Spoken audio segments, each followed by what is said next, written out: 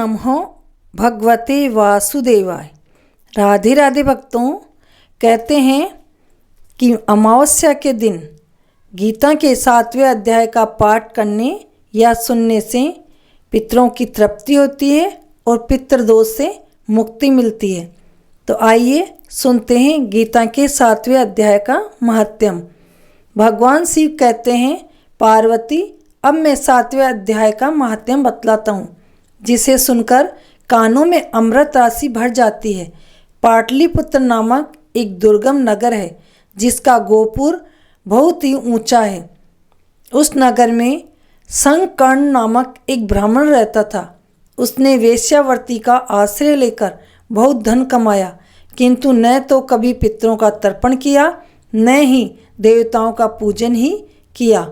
वह धनोपार्जन में तत्पर होकर राजाओं को ही भोज दिया करता था। एक समय की बात है, उस ब्राह्मण ने अपना चौथा विवाह करने के लिए पुत्रों और बांधवों के साथ यात्रा की। मार्ग में आधी रात के समय जब वह सो रहा था, एक सर्प ने उसे आकर काट लिया। उसके काटते ही ऐसी अवस्था हो गई कि मणि, मंत्र और औषधि आदि से भी उसके शरीर की रक्षा जान पड़ी। तत्पश्चात कुछ ही क्षणों में उसके प्राण पखेरु उड़ गए। फिर बहुत समय के बाद वह प्रेत सर्प योनि में उत्पन्न हुआ।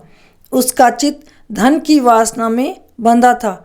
उसने पूर्व वृत्तांत को स्मरण करके सोचा, मैंने जो घर के बाहर करोड़ों की संख्या में अपना धन गाड़ रखा है, उससे इन पुत्रों को वंचित करके स्वयं ही इसकी रक्षा करूँगा। एक दिन सांप की योनि से पीड़ित होकर पिता ने स्वप्न में अपने पुत्रों के समक्ष आकर अपना मनोभाव बताया।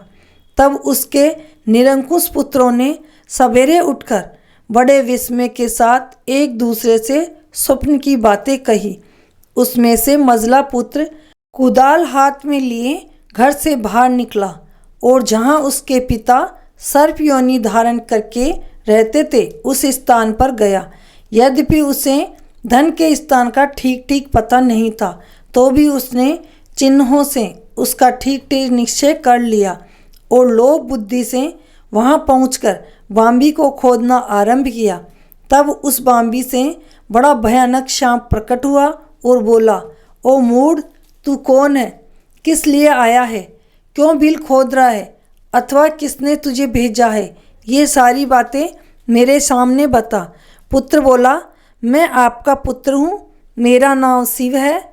मैं रात्रि में देखे हुए स्वप्न से विस्मित होकर यहाँ का स्वर्ण लेने के कौतूहल से आया हूँ। पुत्र की यह वाणी सुनकर वह सांप हंसता हुआ उच्च स्वर से इस प्रकार स्पष्ट वचन बोला, यदि तू मेरा पुत्र है तो मुझे शीघ्र ही बंधन से मुक्त कर मेरे पूर्व जन्म के गाड़े हुए धन के ही लिए सर्प योनि में उत्पन्न हुआ हूँ। पुत्र ने पूछा, पिताजी आपकी मुक्ति कैसे होगी? इसका उपाय मुझे बताइए, क्योंकि मैं इस रात में सब लोगों को छोड़कर आपके पास आया हूँ। पिता ने कहा, बेटा, गीता के अमृत में 7वें अध्याय को छोड़कर मुझे मुक्त करने में तीर्थ, दान, तप और यज्ञ भी सर्वथा असमर्थ है। केवल गीता का 7वां अध्याय ही प्राणियों के जरा, मृत्यु आदि दुखों को दूर करने वाला है।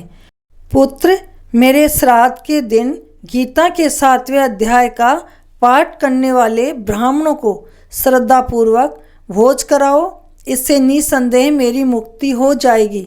वत्स, अपनी शक्ति के अनुसार पूर्व श्रद्धा के साथ वेद विद्याओं में प्रवीण अन्य ब्राह्मणों को भी भोजन कराना। सर्प योनि में पड़े हुए पिता के वचन सुनकर सभी पुत्रों ने उनकी आज्ञा के अनुसार तथा उससे भी अधिक किया। तब शंखकर्ण ने अपने सर्प शरीर को त्याग कर दिव्य देह धारण किया और सारा धन पुत्रों के अधीन कर दिया। पिता ने करोड़ों की संख्या में जो धन बांट कर दिया था, उससे वे सदाचारी पुत्र बहुत प्रसन्न हुए। उनकी बुद्धि धर्म में लगी हुई थी, इसलिए उन्होंने बावड़ी, कुआं, पोखरा, यज्ञ तथा देव मंदिर के लिए उस धन का उपयोग किया और अन्नशाला भी बनवाई। तत्पश्चात 7वें अध्याय का सदा जप करते हुए उन्होंने मोक्ष प्राप्त किया। पार्वती, यह तुम्हें 7वें अध्याय का माध्यम बताया गया है, जिससे श्रवण मात्र से मानव सब पातकों से मुक्त हो जाता है। अब भक्तों सुनते हैं गीता का 7वां अध्याय। ओम श्री परमात्मने नमः। उसके उपरांत श्री कृष्ण भगवान बोले, हे पार्थ, तू मेरे में अनन्य प्रेम से आसक्त हुए मानव वाला और अनन्य भाव से मेरे पारण होकर योग में लगा हुआ मुझको संपूर्ण विभूति, बल, ऐश्वर्य आदि गुणों से युक्त सबका आत्म रूप जिस प्रकार संशय रहित जानेगा, उसको सुन। मैं तेरे लिए इस रहस्य सहित तत्व ज्ञान को संपूर्णता से कहूँगा कि जिसको जानकर संसार में फिर और कुछ भी जानने योग्य शेष नहीं रहता है। हजारों मनुष्य में कोई ही मनुष्य मेरी प्राप्ति के लिए यत्न करता है और उन यत्न करने वाले योगियों में भी कोई ही पुरुष मेरे प्रायण हुआ मेरे को तत्व से जानता है, अर्थात यथार्थ मर्म से जानता है। हे अर्जुन, पृथ्वी, जल, अग्नि, वायु और आकाश तथा मन, बुद्धि और अहंकार भी ऐसे यह 8 प्रकार से विभक्त हुई मेरी प्रकृति है। यह 8 प्रकार के भेदों वाली तो अपरा है, अर्थात मेरी जड़ प्रकृति है। और हे महाबाहो, इससे दूसरी को मेरी जीव रूपा परा अर्थात चेतन प्रकृति जान कि जिससे यह संपूर्ण जगत धारण किया जाता है। हे अर्जुन, तू ऐसा समझ कि संपूर्ण भूत इन दोनों प्रकृतियों से ही उत्पत्ति वाले हैं और मैं संपूर्ण जगत का उत्पत्ति तथा प्रलय रूप हूँ, अर्थात संपूर्ण जगत का मूल कारण हूँ। इसलिए हे धनंजय, मेरे से सिवा किंचित मात्र भी दूसरी वस्तु नहीं है। यह संपूर्ण जगत सूत्र में सूत्र के मणियों के सदृश मेरे में गुथा हुआ है। हे अर्जुन, जल में मैं रस हूँ तथा चंद्रमा और सूर्य में प्रकाश हूँ और संपूर्ण वेदों में ओंकार हूँ तथा आकाश में शब्द और पुरुषों में पुरुषोत्तम हूँ।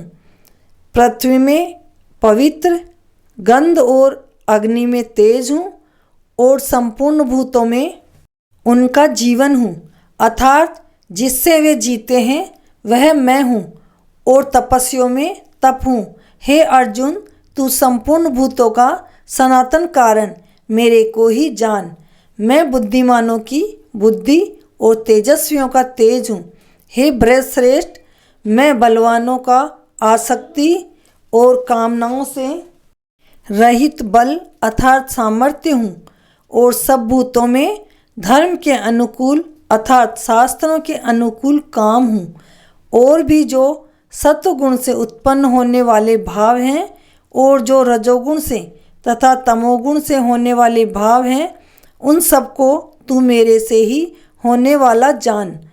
ऐसा जान, परंतु वास्तव में उनमें मैं और वे मेरे में नहीं है।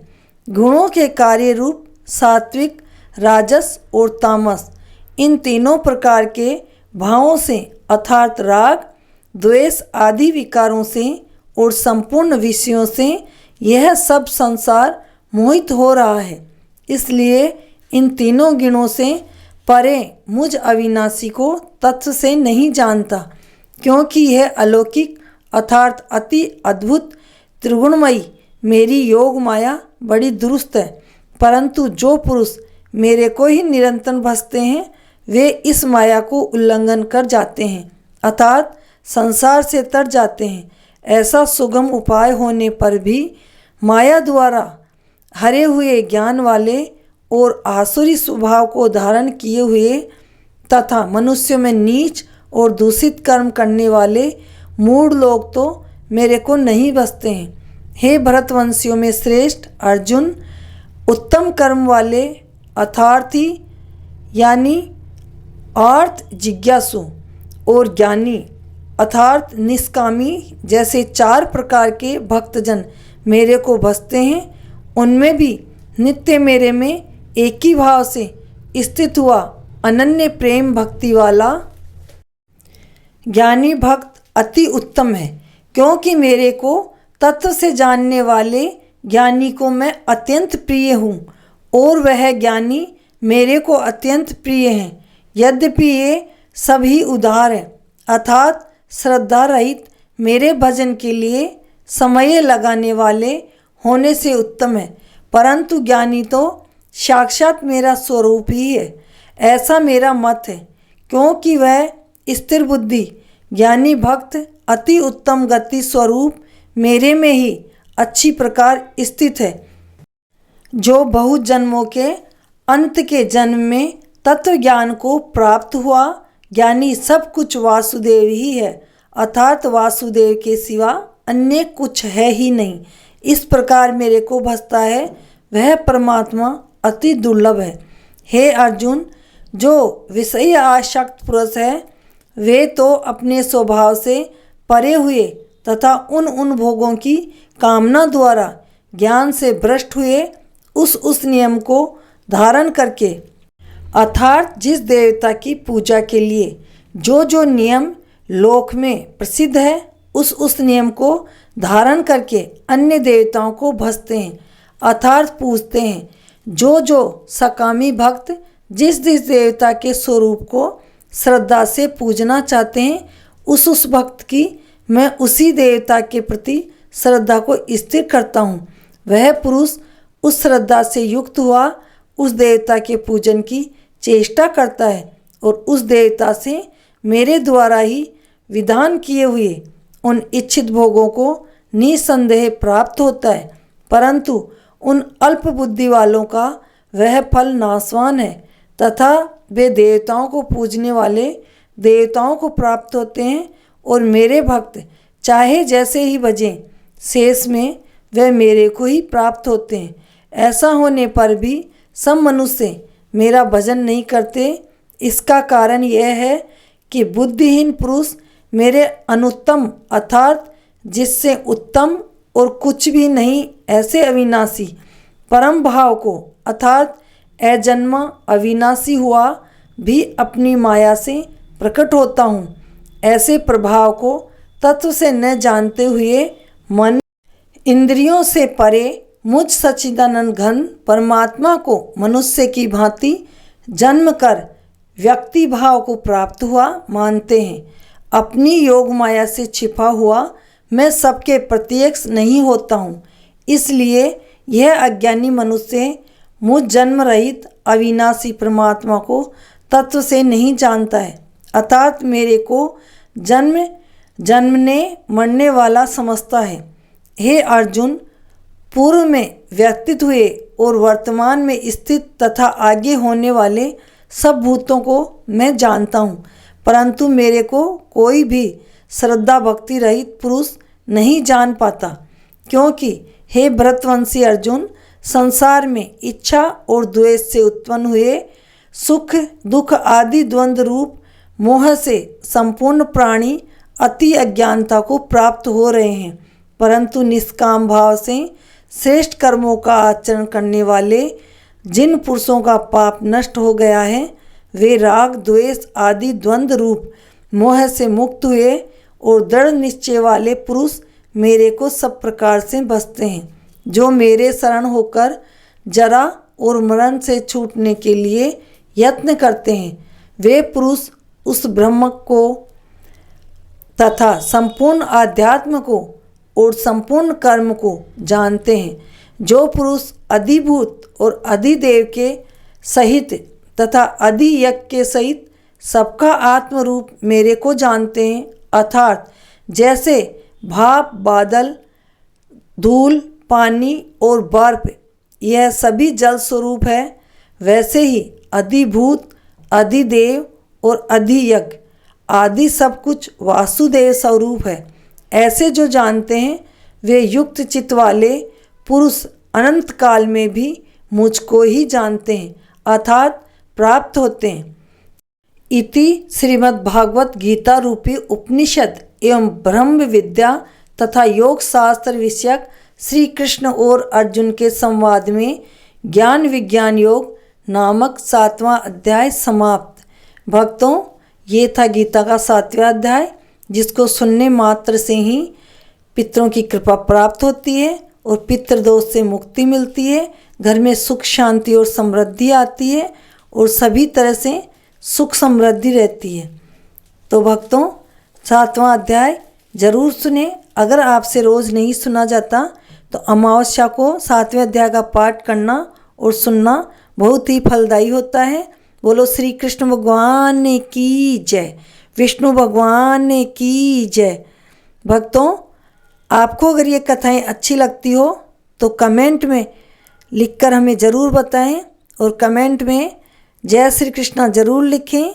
चैनल को सब्सक्राइब नहीं किया हो तो सब्सक्राइब कर दें, ताकि ये कथाएं हम आप तक पहुंचा सकें और इन कथाओं का लाभ आप उठा सकें। राधे राधे, जय श्री कृष्ण।